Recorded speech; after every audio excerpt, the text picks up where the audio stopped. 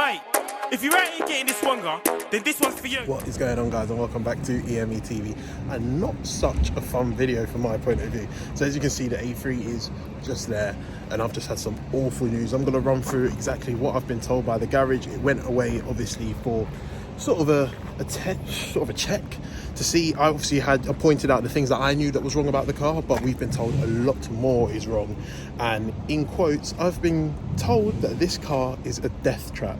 So I'm going to be speaking about what I'm actually going to be doing moving forward with this car. I've got a couple of options, don't really know what to do, but yeah, this one stung the pocket quite badly. And as you can see on the key, I've got a list of stuff that the garage actually wrote down of problems with this car. On the front of it, I thought it wasn't too bad, but yeah, it was the worst possible outcome. So yeah, let's go through exactly what they've actually said here. And we've got a lovely day here in Manchester. Blue skies, 25 degrees. I thought I'd just come sit in the car and take you through these two little lists. Well, not really little, as you can see, of what is exactly wrong with this A3 at the moment. So I basically went to the garage. I gave them the things that I knew, which I highlighted in the previous video, and I told them to check for stuff or anything that they deemed to be needed. Well, they did just deem to be fixed, and literally just give me a little quote about how much it would take to get this car right. I know this car's a Cat N. I bought it on the face of it thinking it wasn't too bad when it had the knock on the rear driver side, rear quarter driver side, but yeah, it's turned out to be an absolute nightmare, and this is by far the worst purchase I've ever bought. This is the worst purchase of mine in my life so far. It is a learning curve. I have lost a decent amount of money. It's not the end of the world, but yeah, well, let's get into it. So I've got here rear anti-roll bar unsecure. We've got offside rear upper camber washer missing. Offside rear axle twisted. Near side rear cable, can't really read that. We got cable something unattached. We've got possible caliper. We've got exhaust cat is unsecure. Yeah, I mean, the list just goes on, doesn't it? We've got near side front, is that, yeah, coil plus possible mount needing doing. Near side front tire. We got is that ball joint, lower bolt missing, need oil dipstick, and the dipstick in the engine bay is actually broken. I'll probably overlay that now. It literally came from Copart like that. I thought I could try and get a new one, but it's actually the part that comes out of the engine that is broken, so that's a ball ache as well. So you can't really take the measurement on the dipstick at the moment, because we don't know if that dipstick is correct or not in terms of length, so it might not even be fitting into the slot properly anyway. So yeah, that's something. So smoke possible high. Oh yeah, that's the smoke that I was talking about. Misfire, possibly broken oil dipstick. So yeah, this is everything that's wrong with the car. I knew that there were things wrong, obviously, in addition to what I'd done and what I had obviously seen on the car, because everything that I gave them was face value stuff, you know, the wing mirror there, and you know, changing the alloy, and you know, the rear wiper. But yeah, I did not expect all of this, due to the fact that the car had been driving all right. It always started at first time. I didn't have any lights on the dash, so I thought it wouldn't be too bad, but this is awful. And I asked them to give me a quote on the car. So if I wanted to do all this work, roughly how much would it cost? Yeah, and they wrote it down here, and they told me if I wanted everything to be done, drum roll please, it would cost a whopping £2,000 to £2,500 to get this car back to normal. And the thing is, even if you spend this, they said that it would probably still go wrong in the future. Therefore, they wouldn't even want to work on this car. At that point, I said to myself, yeah, they've had me there. Copart have actually had me. First time they've had me. Yeah, so even the mechanic was like, yeah, I mean, they've had you. Like, if you found out this before, you possibly could have gone back to Copart and tried to get the thing, but obviously we know how Copart works. Doesn't really work like that. I've bought it, and therefore I've essentially got to keep it in most cases. So I've been dealt an absolute blow with this car. I thought I was, gonna lose. I thought I was gonna lose a couple £100, which wasn't too bad. It's just like, yeah, but I've essentially lost everything. So he told me this is actually a death trap, especially with the driver side rear wheel, that I thought just needed alignment. So I took it there saying, can we get some four-wheel alignment done? He said no. What's happened is the axle that's been put on, they've actually taken off the parts that are used to actually adjust it. Therefore it's non-adjustable, and it's been pushed to the point where it's been pushed on the axle or something along those lines. I can't remember word for word what he actually said, but essentially he said it's dangerous. You go around a left side bend, it's just got to it's just in the wet, you're just going to lose the grip of the car, or the car's just going to oversteer. And he said something called lift off oversteer, and that is due to that wheel being like that. So I said his thoughts. He said, look, I wouldn't give this car to my worst enemy. If I was you, I would scrap it. At that point I was like, oh my days, what is going on?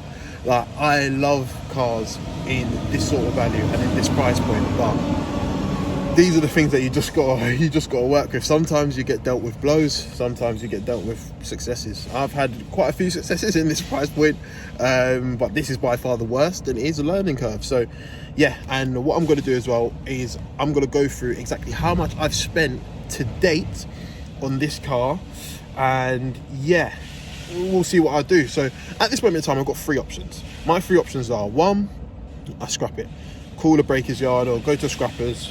Would you give me 250 quid for it, whatever it is, because that's probably what they'll offer, and part ways with it. Two, I can try and work on the car myself, which I don't really know if I want to do, because the work is probably too high end for me to try and work on it myself. But I thought, you know what, I could use this as like a car that I can try stuff on, and get familiar with trying to work on cars, which is something I would love to do. It's just the timing aspect, and I'm quite lazy when it comes to it, but I do want to try. So this could possibly be a car that I could sort of learn on.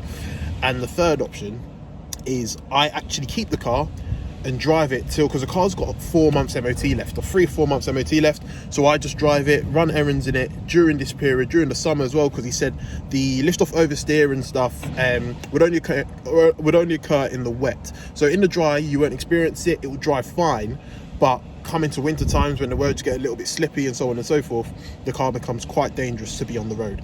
So I said, you know what, I'm not gonna sell this car on. I've made that clear. I'm not selling it. I wouldn't be happy, I wouldn't have peace of mind of me trying to patch stuff up, selling it on and making less of a loss. I'd rather take the full hit and do what I want with the car moving forward.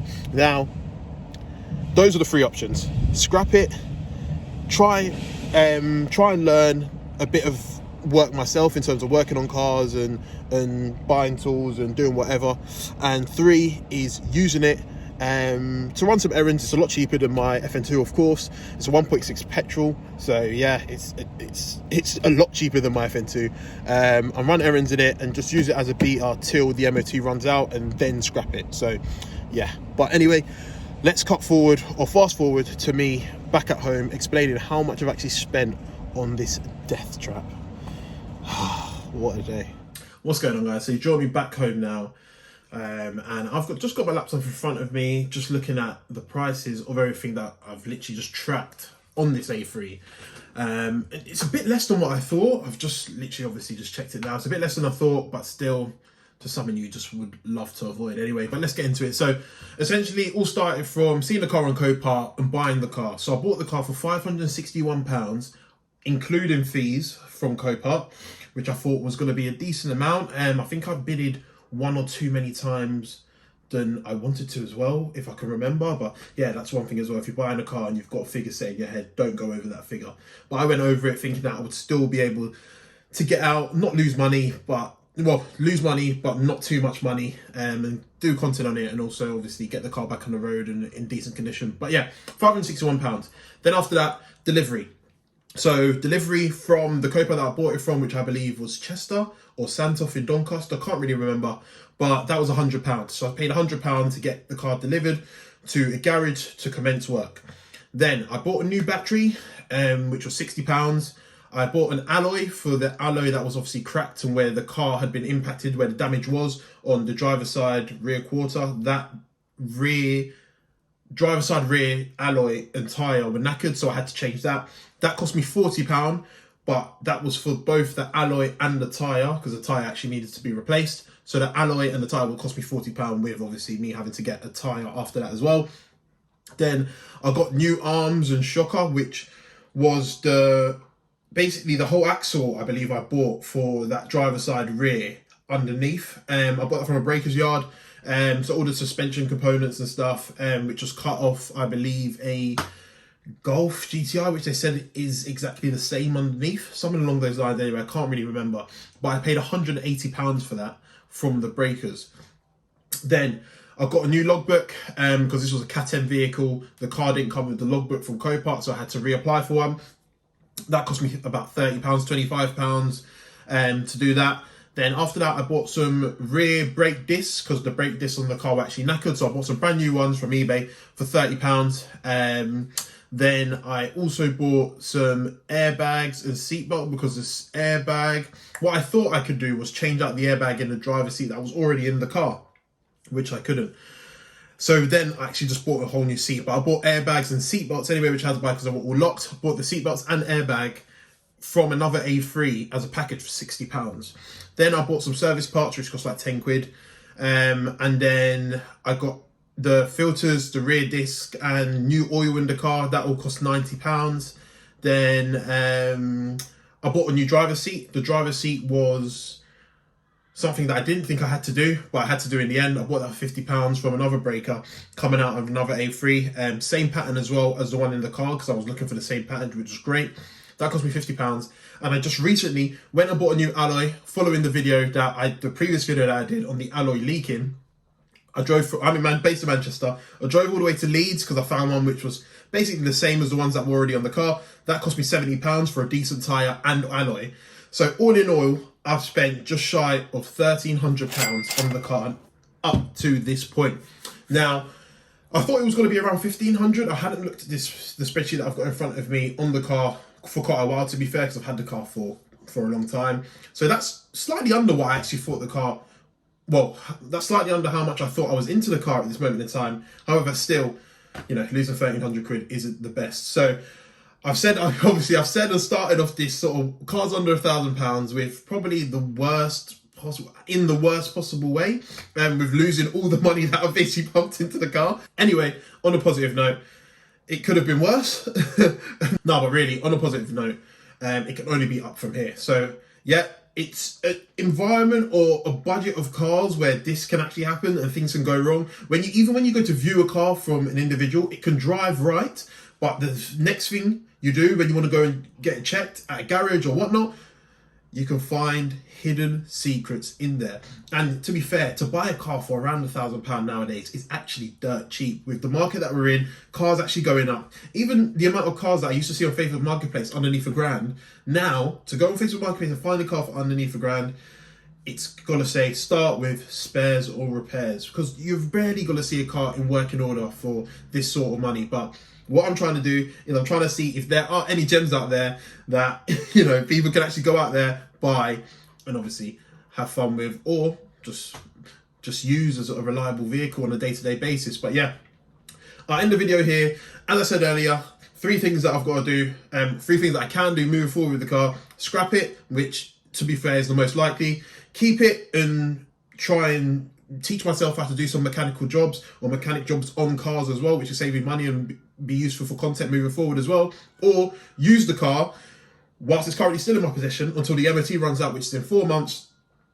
And then after that, scrap it, because at the end of the day, it's got to be a cheaper daily runner than my FN2. But I don't know, because the mechanics called it a death trap. So that is probably a dangerous option. But hey ho. Anyway, guys, thanks a lot for the support. I'll be doing a lot more cars under £1,000 video moving forward. I'm actually searching for a new car to actually purchase and document today. Hopefully it's going to be better than the car we've actually got out there with the A3. But yeah, there's certain things that I'm going to do differently as well, just in terms of the buying aspect. And when I buy a car, I like to do a lot of the things straight away without probably even waiting to see if the car is worthwhile doing, which unfortunately I did in this case with the A3. But hey, if you don't make mistakes, you're never going to learn. So to be fair, the positive I take out of it is that I've learned, and moving forward, I'm going to adjust how I actually do things when buying cars. But yeah, this is probably a pointer for you guys out there as well when you're buying cars from auctions or places you can't possibly view the car in first hand or go over and view the car. Just when you do get it, just do checks and make sure that it's actually worth you spending money on the car in the long run anyway. But as always, guys, thanks a lot for the support. Stay tuned for more content to come, more content on the FN2, as well as the £1,000 series as well. Please like, comment and subscribe if you haven't done so already and you're actually interested in future car videos or cars of this kind as well moving forward. But yeah, guys, I guess I'll see you guys on the next one anyway. Peace. Mate, if you're out here getting this one, then this one's for you.